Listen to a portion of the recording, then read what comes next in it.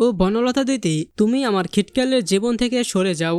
আমি খিটকেলকে অনেক বেশি ভালোবাসি, আর খিটকেলও আমাকে ভালোবাসে। ও তোমাকে চায় না, তাই তুমি ওর জীবন থেকে চলে যাও। লাজু বলছে বনলতাকে। হ্যাঁ সুপ্রিয় দর্শক, কোণে দেখা আলো ধারাবাহিকের নতুন পর্বে আমরা এমনটাই দেখতে পারবো। বিস্তারিত জানতে চাইলে এখনই এই ভিডিওটা একটি লাইক দিয়ে চ্যানেলটিকে সাবস্ক্রাইব করে একদম শেষ পর্যন্ত দেখতে থাকুন। আমরা সবাই দেখতে পারবো যে একটা ক্যাফেতে বসে তো অনুভবের দাদাভাই অনুভবকে বলতে থেকেছে, সত্যি কি তোর জীবনে আর কেউ আছে? তুই কি অন্য কাউকে ভালোবাসিস?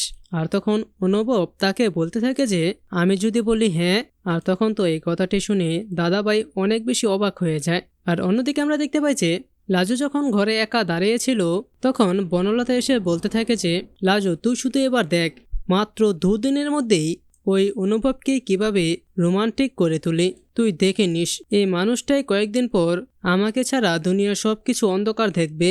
ও তো আমার প্রেমে হাবুডুবু খাবে। আর তখন তো এই কথাটি শুনে লাজু অনেক অবাক হয়ে যায় এবং সে তো অনেক কষ্ট পেতে থাকে। আর তারপর লাজু তো আর সহ্য করতে না পেরে বলেই দেয় যে ও বনলতা দিদি, খিটকেল তোমাকে না আমাকে ভালোবাসে, ও শুধুমাত্র আমাকেই চায়। ও কখনোই তোমাকে ভালোবাসবে না, তোমার প্রেমে পড়বে না, কারণ আমিও খিটকেলকে অনেক বেশি ভালোবাসি। তাই তুমি আমার খিটকেলের জীবন থেকে সরে যাও, আমার খিটকেলকে আমার কাছ থেকে কেড়ে নিও না। হ্যাঁ সুপ্রিয় দর্শক, এরকমটাই যদি দেখানো হয় তাহলে আপনারা সবাই খুশি হবেন তো? আর আপনারাও চান তো যে লাজু এই কথাগুলো বনলতাকে সরাসরি বলে দিক? আপনারা যদি চেয়ে থাকেন তাহলে সেটি নিচে কমেন্টে জানিয়ে দিন। এবং এরকমই প্রতিদিনের সব আপডেট সবার আগে পেতে চাইলে এখনই এই চ্যানেলটিকে সাবস্ক্রাইব করে দিন। ধন্যবাদ সবাইকে।